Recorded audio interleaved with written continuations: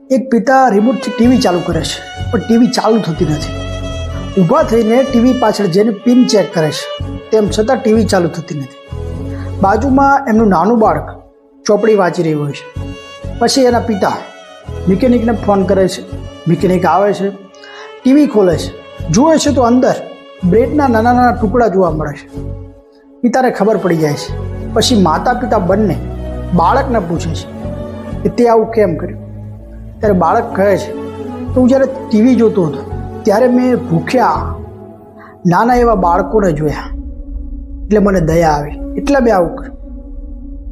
એક નાનું માસૂમ બાળક, કેવી સુંદર મજાની એની ભાવના. એટલે મારા વાલા, એક વાત કાયમ માટે યાદ રાખજો કે એક પથ્થરને તમે હાથથી ફેંકો તો 100 ફૂટ દૂર જાય. બંદૂકની ગોળી 1000 મીટર દૂર જાય. તોપનો ગોળો 10 માઇલ સુધી દૂર જાય. પણ ભૂખ્યાને આપેલું અન્ન છેક સ્વર્ગ સુધી લઈ જાય.